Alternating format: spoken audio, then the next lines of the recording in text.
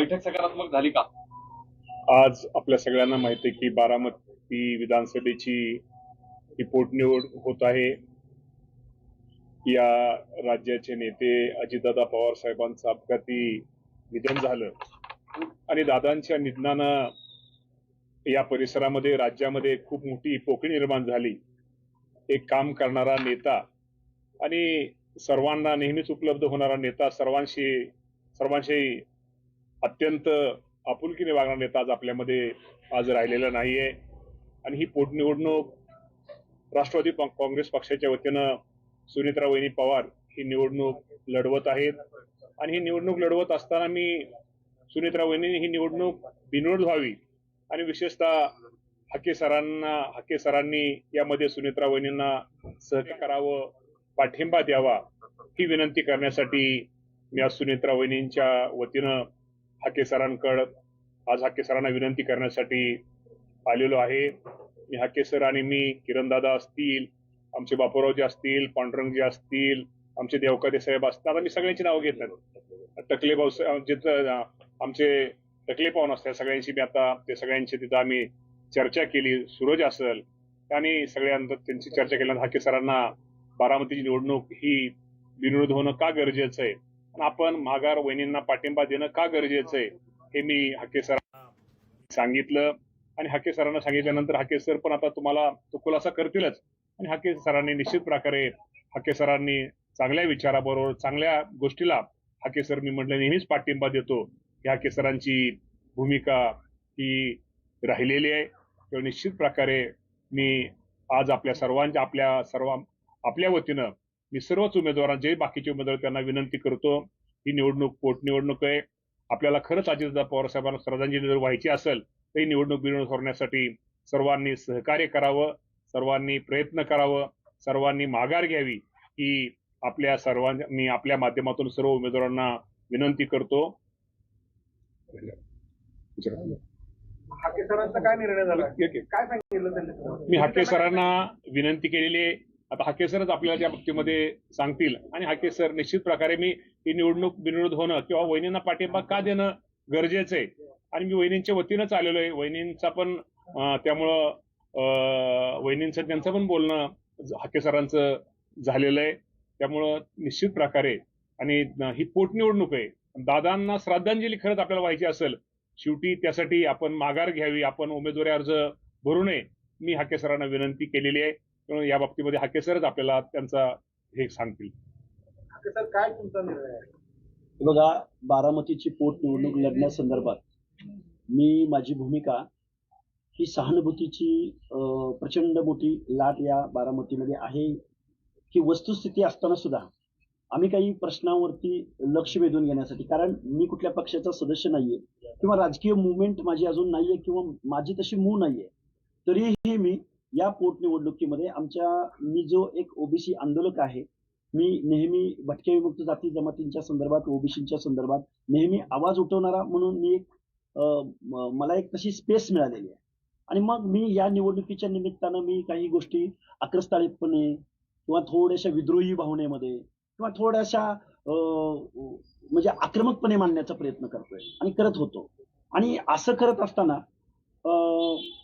भरणे मामांनी आता त्यांनी सांगितली ही परिस्थिती.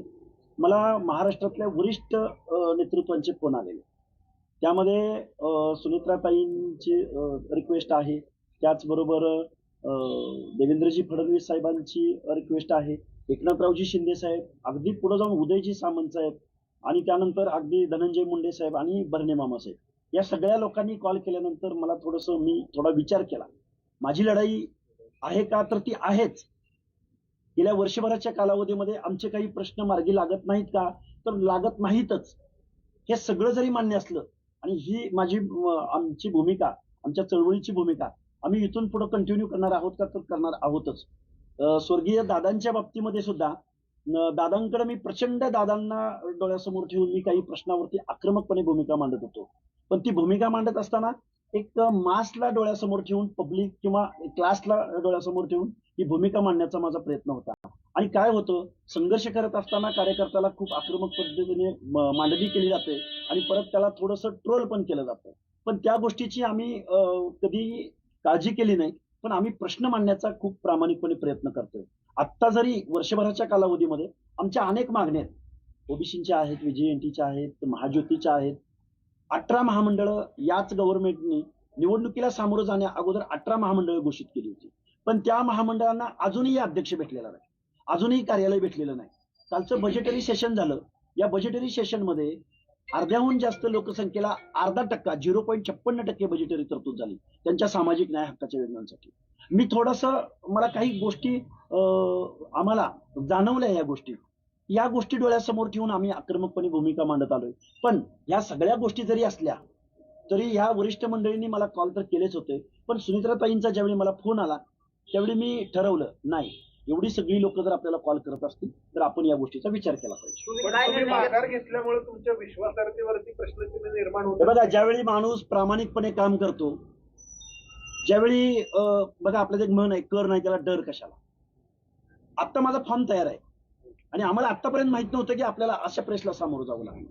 त्यामुळे मी जरूर तुम्हाला सांगेन की ही भूमिका घेत असताना, विद्रोहाची भूमिका घेत असताना, ज्यावेळी समाजातल्या शेवटच्या घटकाचा आपण आवाज उठवायला जातो त्यावेळी या गोष्टीनं सामोरं जावंच लागतं. यातून तावून सुलापून निघाल्याशिवाय पुढे आपल्याला वेळ येणारच नाही. माघार घेण्याचा निर्णय घेतला, काय चर्चा झाली, काय मागण्या मी आता माझे जे प्रश्न आहेत, मी जे बोललेलो आहे त्याच्यावर मी स्टिकअप आहे.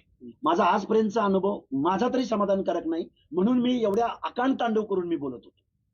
पण मी ही निवडणूक झाल्यानंतर मी थांबणार आहे का? अजिबात थांबणार नाही. मी माझे प्रश्न अगदी सुनेत्राताई असोत, मुख्यमंत्री महोदय असोत किंवा उपमुख्यमंत्री महोदय असोत, एकनाथजी शिंदे असोत, यांच्याकडे मी त्याच तावानं त्याच त्वेषाने या भूमिका मांडत राहणार आहे. जोपर्यंत या भूमिका, आणि हे बघा, काही आंदोलनं आम्ही केलेले आहेत, त्यामध्ये काही सक्सेस आंदोलन आहेत, काही अनसक्सेस आंदोलन आहेत, काही मध्ये रिझल्ट मिळतील का नाही याची आम्हाला उत्तर माहित नाही. म्हणून आम्ही थांबणार नाही. निवडणूक हा एक 10-15 दिवसाचा कालावधी आहे, पण पुढचा कालावधी आम्हाला प्रश्न मांडण्यासाठी आहे. हे बघा, खूप मोठी माणसं आहेत ती. काय चर्चा झाली, फोनवरून किती बोलले हे मी सांगणार नाही, पण त्यांची जी रिक्वेस्ट होती ती 2 वाक्यांचीच होती. आज ऐका ना, एक मिनिट, आज माझी विनंती, तुम्हा सगळ्यांना विनंती की आपण सगळे आता पत्रकार बांधव, मीडियाचे प्रतिनिधी आहात. खरं तर आपल्या सगळ्यांना माहिती आहे की हाके सरांचं मी खरंच राष्ट्रवादी पक्षाच्या वतीनं आभार ह्यासाठी मानतो की त्यांनी शेवटी त्यांचं जे बाकीच्या गोष्टी त्यांचं ते चालू राहणार आहेत. शेवटी सुनेत्रा वहिनींसाठी ही पोटनिवडणूक होती, दादांचं अपघाती निधन झालेलं आहे, आणि शेवटी हा मेसेज एक चांगला जावा की हा दुःखद प्रसंग आहे बारामतीवर उरलेला, आणि या दुःखद प्रसंगामध्ये निश्चित प्रकारे शेवटी आपण सगळ्याचा विचार करून, सारांशावर विचार करून, त्यांची निवडणुकीची तयारी असता सुद्धा सुनेत्रा वहिनींचा फोन, मी स्वतः त्यांना विनंती, सुनेत्रा वहिनीची विनंती, ही गोष्ट आपण माघारी घेणं का गरजेचं आहे. या सगळ्या गोष्टी त्यांनी एक माघार, पण त्यांनी एवढं असताना सुद्धा, त्यांची तयारी असताना सुद्धा ते आज ते माघार या निवडणुकीच्या ह्याच्यामुळे उमेदवार ते माघार घेत आहेत. तर निश्चित प्रकारे मी राष्ट्रवादी पक्षाच्या वतीनं त्यांचे आभार मानतो, आणि त्यांचा तो लढा, त्यांची जी काय ते त्यांचा तो पुढे त्यांचं राहील. पण आजची निवडणूक हे सुनेत्रा वहिनी दादांसाठी, दादांना श्रद्धांजली वाहण्यासाठी आणि सुनेत्रा वहिनींच्या एक प्रतिनिधी म्हणून विनंती करून त्यासाठी ते माघारी घेत आहेत. निश्चित प्रकारे त्यांचं पक्षाच्या वतीने तुम्ही या पोटनिवडणुकीतून माघार घेतली असं फक्त आम्हाला तेवढाच प्रश्नाचं उत्तर हवं. अरे एवढी प्रेस झाली ना, मी माघार घेतली. तुम्ही 8 दिवसापासून तुम्ही प्रचार करताय गावागावात. प्रचार म्हणण्यापेक्षा लोकांच्या भीती गाठी घेतल्या, गावागावात तुम्हाला मागणी झाली की तुम्ही उमेदवार म्हणून उभं राहा. आता तुम्ही जो निर्णय घेतलेला आहे, आता लोकांच्या ज्या मागण्या आहेत त्याच्यावरती पाणी फिरलं म्हणायचं नाही. मी गेल्या 8 दिवसापासून, हा समज, तुम्ही इथले पत्रकार आहात, मी गेल्या वर्षानुवर्ष बारामतीचा कनेक्ट आणि पूर्ण या प्रचार तुम्ही गावगाव फिरत असताना नाही, मी कधी निवडणुकीच्या तोंडावरती तुम्हाला मी अनेक प्रश्नावरती ऐका, मी अनेक प्रश्नावरती आवाज उठवण्याचा प्रयत्न केलाय, अनेक प्रश्नावरती आवाज उठवण्याचा प्रयत्न केलाय. हा 8 दिवस 10 दिवस लोकांची मागणी असं सांगितलं, दादांच्या दुःखद निधनानंतर आणि त्याच्या अगोदर, बरोबर, हे 2 वेगळे भाग आहेत. आणि मी बोललोय ना, नाही कुठं म्हणतोय, मी बोललोयच, लोकांचा आग्रह म्हटलेच ना. पण एवढी वरिष्ठ मंडळी ज्यावेळी बोलतात त्यावेळी राजकारणामध्ये समय सूचकता आणि काही गोष्टी तडजोड, 2 पावलं मागे येणं, 2 पावलं पुढे जाणं, ह्या गोष्टी आहेतच ना. वरिष्ठ नेत्यांचं ऐकता का? मी ऐकतोय का नाही तुम्हाला माहिती आहे ना सगळ्या महाराष्ट्राला. तुम्हाला त्यांनी- महाराष्ट्रात आज 4 त्यांनी- वर्षात गेल्या 4 वर्षामध्ये लक्ष्मण हाके माहिती आहे तुम्हाला? मंदारजी, आज त्यांनी सुनेत्रा वहिनी दादांच्या श्रद्धांजली वाहण्यासाठी आज बारामतीमध्ये दुःखात हे प्रमाणे सुनेत्रा वहिनींना पाठिंबा देण्यासाठी आज त्यांनी माघार घेतलेली आहे. हाके सर, हे तुम्ही फक्त आम्हाला स्पष्ट करायचं आहे. आता चंद्रकांत वाघमोडे नावाचे तुमचे जे तुमचे सहकारी सहकारी. होते तर ते म्हटलं की ते निवडणूक अर्ज भरणार आहेत. आता इथं ते हे बघा, त्यांचा विषय वेगळा आहे, माझा विषय वेगळा आहे. ते आम्ही जरी कार्यकर्ते असलो प्रत्येकाला हे आहेच ना. पण मी हा नेमकी कोणत्या तडजोडी निवडणूक अरे तडजोड कसली तडजोड? मी एक कार्यकर्ता आहे, सामान्य कार्यकर्ता.